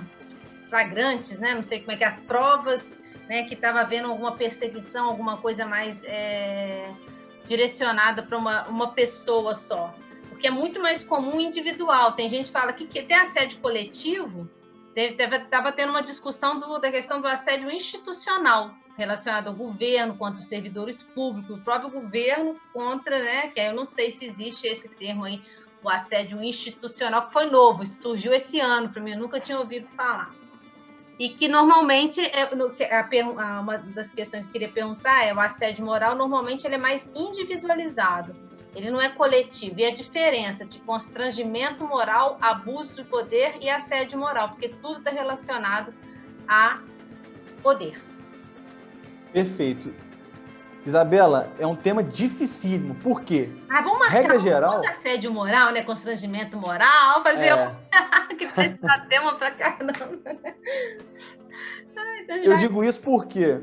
Porque o empregador, ele tem poderes de gestão, ele tem poderes diretivos, ele tem poderes para poder orientar e disciplinar, inclusive, os seus empregados. Mas esses poderes têm limites. E os limites são os direitos da personalidade, os direitos e garantias individuais, a honra, a imagem, a dignidade, a integridade, a privacidade, a intimidade, enfim, uma série de direitos que limitam esse poder do empregador de direcionar, realizar a atividade laboral e também disciplinar, porque ele também tem o direito de punir conforme a lei, de forma proporcional, de forma moderada, é claro. A justa causa é um exemplo de um poder que o empregador tem em relação à disciplina. Aquele empregado que comete uma falta grave, ele pode ser demitido. é um poder que ele tem. E a questão do assédio, e aí, assim, assédio lato sensu, considerando assédio moral, assédio sexual, enfim, ele tem tantas faces, tantas maneiras, inclusive silenciosas, de acontecer, que ele se torna aí um desafio muito grande para o ambiente jurídico, porque nós, regra geral, necessitamos de prova para poder condenar alguém. Então, um assédio, ele pode se dar tanto com um xingamento, uma cobrança excessiva de um empregado, ou um deboche o expondo de uma forma vexatória para todo mundo, como também um isolamento dentro da empresa. Eu não passo serviço para ele, eu, por exemplo, evito chamá-lo para o churrasco da empresa, enfim, é uma forma também de assédio, isolamento, esvaziamento do trabalho, enfim. Então, assim, resumindo em relação ao assédio, que eu acho que dá mais uns 3 cafés com RH, né, de um assunto tão difícil que nós temos sim instrumentos para coibir e instrumentos para punir, inclusive instrumentos para desincentivar, né, para que o ambiente de trabalho seja um ambiente saudável, e não só saudável para que o trabalho em si seja realizado de uma forma adequada, mas para que também os empregados em suas intimidades sejam preservados, o próprio empregador também, enfim. Mas a questão chave é a prova. Agora, eu não sei se eu atrapalhei a pergunta da Gabriela. Eu sugiro realmente o próximo, se todos toparem, que sempre a gente pergunta no finalzinho dos eventos qual vai ser o tema do próximo. Acho que o próximo pode ser assédio moral, sexual, a diferença para constrangimento moral, sei lá, esses temas, né? O abuso, enfim, a gente aprofundar nisso. Eu coloquei até alguns artigos sobre assédio moral ali que eu gosto muito como referência no chat. E, Gabriela, eu quero saber se eu atrapalhei a sua pergunta, que eu acabei entrando, e se ele conseguiu falar, porque eu lembro que você começou falando da questão dos RHs e o machismo estrutural, né? Porque uma das grandes questões que eu questiono, e acho que a própria área de RH ela tinha que ser muito treinada sobre isso, para ela entender sobre o que é o racismo, o que é o machismo, o etarismo. Muitas vezes eu acho que o RH não está preparado para, né, lidar. E você começou falando disso, né? Daquilo que eu até apontei. Muitos, o próprio RH, até mulheres que estão ali no RH, que na maioria das vezes são mulheres fazendo processo seletivo, discriminando. Ou por ter medo, igual a gente colocou antes de ser mandada embora, ou por discriminar mesmo, achar que isso não é função para mulher, né? Igual teve, acho que foi aqui em Cabo Frio, ou Arraial, onde que foi que no fórum, onde que foi que a juíza, eu não sei qual que é o cargo da pessoa, que falou que as mulheres não podiam ir com saia de... É a diretora do fórum. Foi aqui? Onde que foi? É a diretora do fórum de... Acho que foi Cabo Frio, não? Foi dessa região. Ela roda vários fóruns. Em todo fórum que essa diretora vai, ela arruma essa encrenca. Foi na região dos lagos, mas não foi Cabo Frio, não. Acho que talvez tenha sido Saquarema ou Araruama, não tenho certeza. Foi Araruama. Foi Araruama, né? Mas foi na região dos lagos. Então, se a gente tiver dentro do próprio direito, né, dentro da própria empresa, quem está no RH, que amanhã a gente vai estar discutindo muito isso, né? A questão de machismo estrutural, racismo estrutural, no evento de amanhã, que então também é outro tema aí grande, né? Diga, Gui. E Gabriela, né? Desculpa se eu não consegui, se eu atrapalhei aí o André a responder sua pergunta. Aí você volta, tá, Gabriela?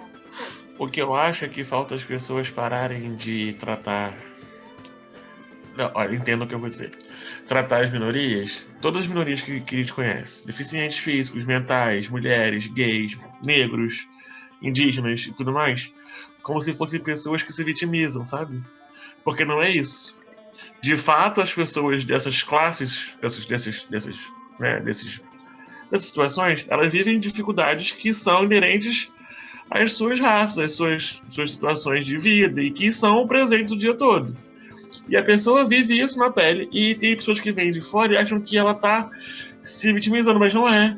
Ela não consegue um emprego, ela não consegue botar na faculdade, às vezes, porque ela tem baixa renda, porque ela, né, tem filho, tem que trabalhar, estudar. Então, assim, a questão é muito mais difícil e é muito mais doloroso quando essa pessoa não consegue algo. Quando os RHs, as empresas, perceberem que ela é tão capaz quanto alguém que não tem situação igual a dela, Quando perceberem que ela é uma pessoa tão capaz quanto, isso muda. Quando pararem de medir as pessoas pela cor da pele, pela opção sexual, né, por qualquer outro tipo de motivo, isso melhora. O que você falou agora sobre o RH machista, eu até acho que seja. Só que eu acho que tem muita gente que está lá dentro que vive um padrão imposto e não consegue sair disso, como a gente já conversou várias vezes. Que a empresa descreve um padrão, o RH tem que atender, contrata igual mulher assim, mulher que não é bonita, porque quem é bonito chama atenção, mulher que não é muito inteligente para cargos muito baixos, sabe? Tipo, tem aqueles padrões, né? Vamos falar muito, fala pouco, não fala português, o quê? Tudo isso é um padrão que a empresa às vezes impõe e o RH só reproduz. Eu não sei se de fato quem está no RH é machista, é racista, é sexista. Não sei se de fato isso é uma coisa que acontece, porque a gente convive com pessoas que não são e estão no RH. Então acho que é muito mais uma coisa de gestão empresarial, de escolhas daquela organização, do que de fato de quem faz o trabalho de recrutamento e seleção. Eu acho que você está falando da cultura da empresa. Às vezes a cultura da empresa é machista. E aí quem está ali no recrutamento e seleção acaba reproduzindo uma cultura. É muito difícil, né? É um tema muito complexo, realmente, se falar que é machista ou que não é, né, mas a gente está vendo mais por algumas pesquisas que a gente está vendo e que não estão concluídas. Então, eu posso estar sendo precipitada também. Janaína? Ainda dentro do tema de RH, que eu vou pegar um pouco da fala da Gabriela, que estava falando sobre a responsabilidade do RH de repente ser mais proativo nesse processo, né? Além da discriminação de gênero nos anúncios, a gente também vê o que a gente estava falando antes, que a vaga é para assistente, é para auxiliar, é para coordenador, seja o que for, e na prática ela passa a ser outra coisa. Você já vê nos anúncios que um assistente vai fazer entregas pelos verbos de ação muito maiores do que um assistente de fato. Então já está declarado que existe um acúmulo de função no próprio anúncio. Não sei se vocês já se depararam com uma situação como essas. E você pega assim, a gente acaba brincando, né? Poxa, quer contratar um assistente com a habilidade da NASA para entregar o que precisa ser entregue. Um assistente não faz isso, né? E ainda um outro ponto que me chamou a atenção na reflexão que a gente estava falando, e eu acabei perdendo no raciocínio, tá? Vamos em frente. Eu perdi o raciocínio sobre outro assunto que eu ia falar. Eu queria comentar também, que eu tinha falado antes, que não necessariamente o RH das empresas, as mulheres que trabalham no RH das empresas, têm a conduta machista, mas às vezes elas repercutem submetidas às ordens de quem estão acima delas, né?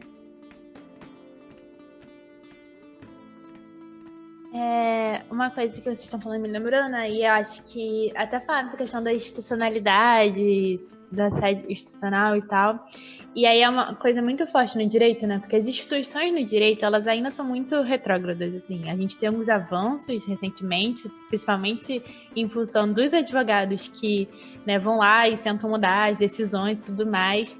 Mas eu acho... E aí eu perdi de função e tudo mais. Porque em Macaé é uma coisa muito presente, né? Porque a maioria dos processos são de empresas de petróleo que fazem muito isso. Mas como o próprio judiciário trata as mulheres também, né? E aí falar de direitos das mulheres e pensar em como o judiciário trata é algo que... Porque, assim... Primeiro, os juízes em si, eu acho que eles têm mais postura. Na Justiça do Trabalho, eu vejo umas posturas muito elitistas, assim, de fazer uma audiência muito rápida ou de não se preocupar se for uma pessoa que é mais... que a gente chama de peão, né? Quando a gente está falando do petróleo. Mas também como é uma mulher e tudo mais, e os juízes, eles são muito rápidos, eles são... Como que eu posso expressar isso? Eles não têm empatia, porque eles também não saem da sua posição enquanto juiz, né? Porque eles acham que estão numa outro patamar, né? Mas como as instituições tratam as mulheres, o direito das mulheres, a gente vai ver, por exemplo, no direito penal, como que é penoso para uma mulher fazer um processo judicial. A gente vai ver como que é duro para uma mulher denunciar o assédio sexual. E isso tudo porque as instituições, elas são reprodutoras e são sustentadas pelo machismo, pelo racismo e também por essas questões de classe. E aí eu acho que isso também vai refletir, né, no espaço privado, como no RH e tudo mais, porque como a Gabi tá falando, é isso, né? Às vezes é ordem hierárquica, então assim, e você fala do plano de carreira, então assim, como que eu vou contra uma ordem hierárquica? Acho que no mundo do trabalho acaba passando muito isso, né? De você ter que fazer coisas que você não concorda, mas você faz isso porque é seu sustento. Mas eu acho que as instituições públicas também têm muito disso. Eu acho que as instituições, principalmente assim, essa parte dos juízes e tal, eles não têm o debate sobre como tratar os direitos das mulheres, como tratar, né, pessoas... Eu acho, Larissa, eu estou compartilhando aqui que eu procurei uns 3 congressos depois que teve maior tumulto em função de um congresso, onde os palestrantes só tinham homens. Olha esse aqui, por exemplo, na área da área de vocês, né? Congresso Internacional, tem alguma mulher aqui? Não. São todos homens brancos, né, também. Olha esse outro aqui também, né? Então, e a Larissa está falando aí sobre questão de organizações que não são privadas, né? A gente vê muito isso na faculdade também, né? Professores, diretores, coordenadores, que são pessoas que deveriam acolher e orientar e que são o oposto disso muitas vezes. Eu falo de fato na UFMA que a gente conhece bastante, mas assim, eu acho que isso é geral, né? Homens brancos que são de cargos de gestão, de poder e acabam se aproveitando disso para fazer o que quiserem. Isso é muito triste. Bem, gente, já são 15 para as 10. Acho que eu lembrei, eu posso falar o que eu ia falar. Você vai ter pesadelo com isso. Nada, coisa já passou, já perdi o bonde do assunto. Dentro do acúmulo de função. Tem situações que são pouco tratadas, que são casos de férias, que um funcionário vai lá e assume uma função que não é dele durante o período de férias, em vez de a empresa contratar um profissional com a mesma equiparação salarial e de função. Por exemplo, eu sou um analista, meu gerente tirou férias e eu sou a pessoa mais capacitada, ele entendeu assim, para eu tirar os 30 dias de férias dele. E aí, como eu fico? Muitas empresas não pagam esses 30 dias com equivalência de atividade de uma gerência a esse profissional. E poucas pessoas sabem que teriam esse direito. Janaína, realmente acontece, né? Você cobrir as férias de um funcionário e acabar cobrindo a função dele também, mesmo não sendo a sua. Por se tratar de férias, geralmente as férias são de 30 dias, né? Você pode vender uma parte, enfim, mas geralmente são de 30 dias. Então, já deixa de ser um trabalho em caráter eventual. Não é um quebra-galho. Você está um mês trabalhando... Ir a uma reunião representar o gerente é diferente de você cumprir 30 dias das atividades dele. Exatamente. Seria aí um período regular, né? Você prestando a atividade dele. Você, inclusive, larga a sua para lá. De repente, você fica só com a dele. Tem situações que até o e-mail passa a ser recebido por quem está tirando as férias. Designa a caixa de entrada, passar para... muda o destinatário para ele, para essa pessoa que está tirando as férias. Pois é. Enfim, mas a questão é a seguinte, né? A dificuldade da gente delimitar quais são as funções principais e acessórias desse cargo. Isso aqui. Ponto. Para a gente saber se está tendo aí uma usurpação, uma fuga ou não. Porque a justiça, em relação a acúmulo e a desvio, ela tenta delimitar o que se legitimamente espera daquele cargo. Você espera isso, você espera aquilo, você espera aquilo outro, Quando a gente trata de algo muito eventual, um quebra-galho, um dia, tudo bem. A justiça dificilmente vai criar caso. Agora, um mês prestando aquele serviço absolutamente diferente, o mínimo, e aí vai depender de cada empresa, era que a empresa pelo menos pagasse um adicional, né? Já que ele vai ter um acúmulo das suas funções naquele período. E depois retorna à normalidade. E tem uma pergunta que eu acho que pode servir para todo mundo que tenha ou não apoio em sua empresa, né? Onde a vítima ou a testemunha de uma violação de direitos ou então até em situação de assédio pode buscar apoio e até fazer a denúncia formal em relação a esses casos. Então, Janaína, aí a gente vai ter que ver primeiro se isso vai ter repercussão criminal ou se a gente está falando de uma ação indenizatória, né, para buscar um dano moral, por exemplo, na Justiça do Trabalho. Porque conforme a gente se aproxima do direito criminal, os valores, as proteções, elas são mais rígidas, são mais firmes. Então, existem mecanismos na justiça criminal, no direito criminal, de proteção das vítimas, da identidade, inclusive proteção física dessas vítimas. Tem programas específicos para isso. Mas aí, nós estamos tratando de algo realmente de grande repercussão, em que a própria pessoa está exposta até em relação à sua vida, ou à sua família, enfim. Numa regra geral, essa pessoa, se não for ameaçada, vamos dizer assim, né, se não correr nenhum risco sério, ela vai continuar do jeito que ela estava, entendeu? Então, assim, a princípio não tem repercussão criminal a questão do assédio. Nós discutimos isso lá como uma indenização. Agora, se ela crescer de tal forma que a gente possa enquadrar, de repente, até mesmo como uma injúria racial, ou, enfim, outra modalidade de crime contra a honra que a gente fala, aí ela tem que ter essa proteção mais rígida do Estado. Bem, eu acho que a gente tem que ir finalizando, né? Porque já está tarde. Acho que acabou que não deu para você falar, né, o André, da revista íntima, da questão da gravidez. E não sei, acho que não dá tempo, né? São 10:10, já tá bem. Voou, né? Foi muito rápido hoje, Jesus toma conta. Mas espero que a gente depois, se for o caso, faça um direito das mulheres 2. E aí a gente discute mais essas questões. E sugiro, até para a gente ir finalizando, o que vocês acham, né, do próximo nosso encontro ser sobre assédio moral, sexual, esses temas, a diferença para constrangimento moral, diferença para... Não sei, André, o que você acha? O que você propõe? O que as pessoas, né, para a gente finalizando, propõem de próximo tema? Eu realmente acho que seria uma boa, mas podem ser outros também. Bela, eu acho ótimo o tema. Inclusive, a revista íntima, ela entra também, eu ia tratar dentro da questão do assédio, porque não deixa de ser uma discussão sobre os poderes, os limites dos poderes do empregador em relação aos seus empregados, e a revista também discute essa situação, então eu acho bacana. Também tinha o outro tema, Isabela, que seria até maior, e eu não sei nem porque que eu consegui colocar ele aqui, porque ele é grande demais, que é sobre gravidez. Existem vários detalhes em relação a exame, amamentação, licenças. A gente pode fazer um só sobre paternidade, né? Sobre a questão da gravidez. Dispensa por causa de gravidez, né? Oi? Como? Dispensa do trabalho por causa de gravidez. Dispensa, estabilidade, aborto. Ixi, tem muita coisa para falar de gravidez, mas aí eu acho que também teria que ser um só para isso, né? Pode ser, então, assédio moral na próxima quinzena, daqui a 15 dias. Fica o convite, o Guilherme está fazendo aí, né, para o nosso evento de amanhã, que a gente vai ter uma roda de conversa sobre violência contra a mulher frente à pandemia, no trabalho, na universidade, em casa.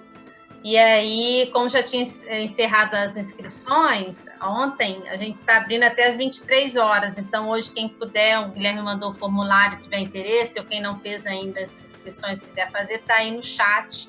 Né? Vai ser bem bacana a discussão amanhã também, tá bom? Bem, acho que é isso, né? Espero que vocês tenham gostado e que a gente esteja juntos em breve novamente. Passar para o André, né, despedir, Janaína, e o Gui também, né, que no início eu esqueci de avisar, desculpa, Guilherme, que ele faz parte da nossa equipe, né, e agradecer a toda a equipe que não está aqui, né, por tudo, para a gente estar podendo fazer todos os encontros, né? São várias pessoas trabalhando junto para isso tudo acontecer. Bom, então, me despedindo, agradeço mais uma vez a Bela, Janaína, Guilherme, todo mundo que também interagiu, Larissa, Maicon, Rayane, enfim. Agradeço todo mundo aí o tempo, acho que se deixar, né, Isabela, a gente fica até de madrugada, né, porque os assuntos não acabam, né. Mas então agradeço mais uma vez aí o convite.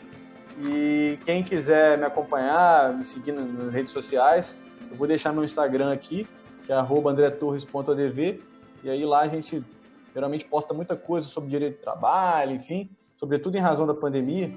Então fica aí até para a gente manter também o contato, né, para além do Café com RH. Então, gente, obrigado e um abraço. Boa noite para todo mundo.